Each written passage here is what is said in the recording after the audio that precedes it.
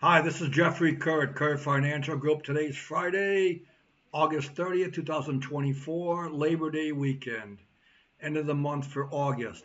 So, I want to talk about interest rates and point out some developments in the interest rate markets that I think are important and have relevance across the market. So, I know interest rates may not be the most exciting and interesting topic, but I do think it's worth people to learn about what's going on and think about that as they look at the markets.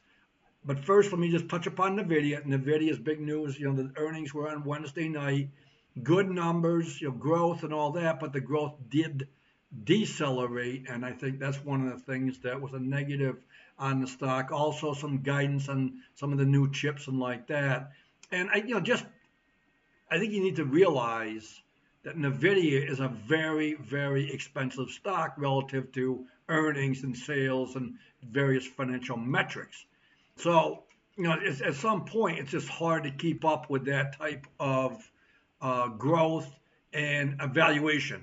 So I think that's part of it. Now, I was wrong in terms of Nvidia leading the market going forward. And yesterday, Nvidia stock was down, but the stock market in general was firmer. Partially, I think Salesforce helped. They had good numbers. They're part of the Dow and like that. So the market and Nvidia kind of diverged, but we'll see where we go from here. Turning to the interest rates, what I want to point out is how rates have changed, have come down, especially recently.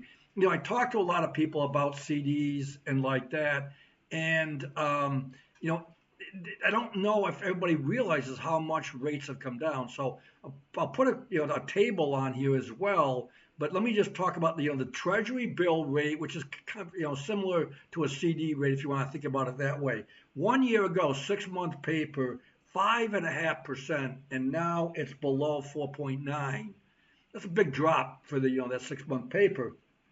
2 year T bills a year ago, 486, now almost down 1 full percent at 391. The 10 year was 4.1 last year, 3.85 current, and the 30 year is 421 last year, 413 currently. So a couple of things to think about here. One is the short term maturities have come down a lot more than the longer, the 10 year, 20 year, 30 year paper.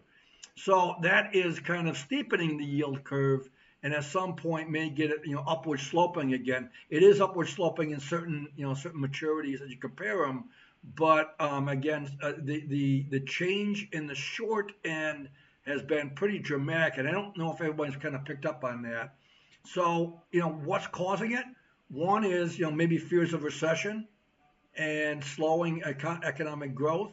Number two, the Federal Reserve is going to cut interest rates, so that's always on the short end for what the Fed controls. So that's going to have an impact there too. So looking forward, what's going to happen? And I think there's a big battle here that you got to think about. One is possible recession or slowing economic activity is going to put downward pressure on the interest rates. uh, Opposed to that is the inflation. And there's signs that the inflation is going to be sticky and even accelerate and move higher, 4 or 5 months, a year out, and that the inflation will also, has an upward pressure on interest rates as borrowers want to be protected against, the loss of purchasing power because of inflation. And then the last thing I think is going to be hard for the interest rates to go down is this the amount of borrowing that's going to be needed to finance the federal deficit.